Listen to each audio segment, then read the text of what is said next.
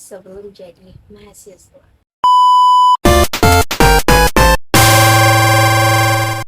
Hello everyone, welcome to my channel. Viewers, you can call me V, salam kenal.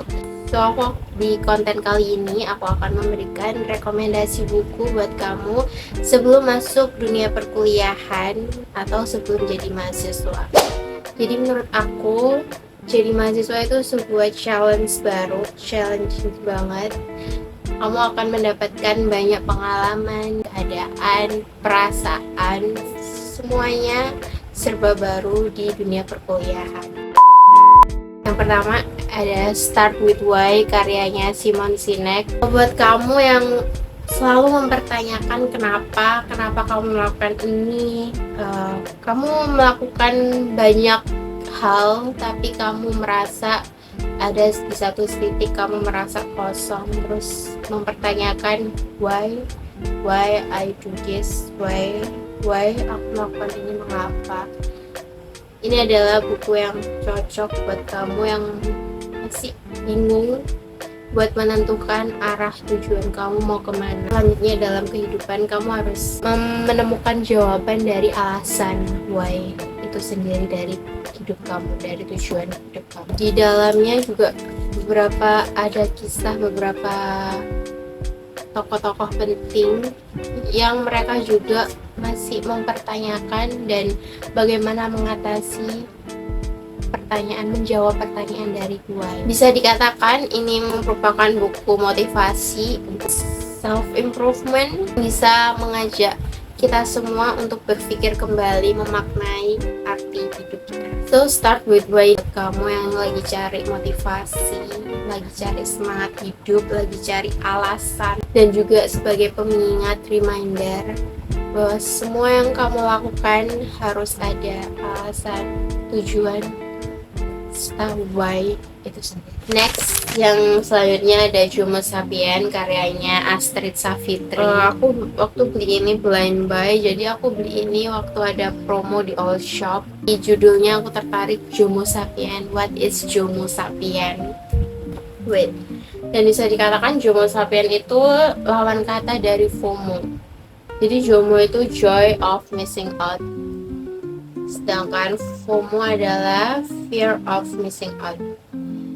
Jadi menurut aku waktu memasuki dunia baru atau waktu jadi mahasiswa lingkungan baru, pasti kamu akan merasakan sebuah FOMO, mau ikut semua orang, mau ikut tren ini, mau ikut tren itu, takut ketinggalan ini itu, dan yang pasti itu kurang baik buat diri kita, buat diri kita untuk selalu mengikuti apa kata tren.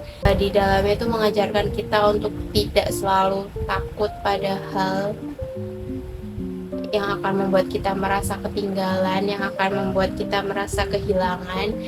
Di buku ini juga diceritain bagaimana kita menghargai diri kita, memaknai apa itu mindfulness, memaknai apa itu love yourself, mencintai diri sendiri, dan lebih memaknai apa itu arti kehidupan buat kita. Karena kalau kita tanpa arah, kita selalu FOMO, ngikutin orang, itu akan ke bawah arus yang lebih menakutkan. Next, aku akan merekomendasikan ini aja. Oke, next ya. Aku akan merekomendasikan masih di penulis yang sama, Astrid Savitri, dengan judul Think What No One Else Has Told. Ini adalah buku yang menceritakan tentang bagaimana cara kita berpikir. Biasanya orang kan kalau berpikir selalu misalnya ada suatu masalah, lalu orang akan menyelesaikan masalah itu dengan pemikiran yang berbeda-beda. Nah, ini adalah menceritakan bagaimana kita berpikir dengan solusi yang kreatif dan tanpa batas, yaitu dengan lateral thinking. Bagaimana kita berpikir menyelesaikan masalah tersebut dengan out of the box, dengan penyelesaian masalah yang lebih kreatif tanpa harus mengikuti aturan yang ada. So, buat kamu yang mau cari bacaan wawasan perihal bagaimana cara berpikir kreatif, logis, cepat, dan out of the box. Ini rekomendasi buku yang cocok buat. Di buku ini juga ada beberapa tips untuk menghadapi masalah-masalah gitu. Ini dia, misalnya contohnya nih, cara menghadapi masalah, cara menyusun rutinitas pagi yang efisien. Ini juga di bukunya ditulis melatih diri berpikir secara berbeda. Terus ada bagaimana cara mengajukan pertanyaan, lalu menggunakan permainan dan aktivitas yang kreatif, lalu mengeksplorasi hal-hal yang berbeda. Ada juga beberapa tips and latihan-latihan yang lainnya untuk bagaimana cara kita berpikir yang baik, yang out of the box dan kreatif. Dan menurut aku ini cocok banget dibaca sebelum kamu masuk dunia perkuliahan, karena kamu akan menemukan berbagai macam orang dengan pemikiran-pemikiran yang berbeda. So, this is for you. Itu udah 3, sekarang tinggal 2. So, next. Sebenarnya kalau dilihat dari judulnya, ini judulnya jangan bekerja untuk orang menyebalkan. Untuk pekerja gitu ya. Namun, ini bisa dikatakan untuk semua orang. Ini bisa bilang untuk jangan, misalnya untuk dunia kelompok atau tim atau partner. Ini adalah buku karyanya Paul Wood. So, buku ini menceritakan tentang siapa yang ingin bekerja untuk orang menyebalkan, kamu mau atau tidak. Jadi buku ini menjelaskan bagaimana menemukan partner, bagaimana menemukan tim untuk bekerja sesuai dengan integritas. Terus di sini juga ada beberapa strategi sederhana untuk menciptakan lingkungan atau tim yang lebih kreatif, produktif, dan mampu melakukan pekerjaan dengan lebih baik. Ini aku ada beberapa notes di sini juga, karena ini memang bagus banget ya. Jadi bukan untuk dunia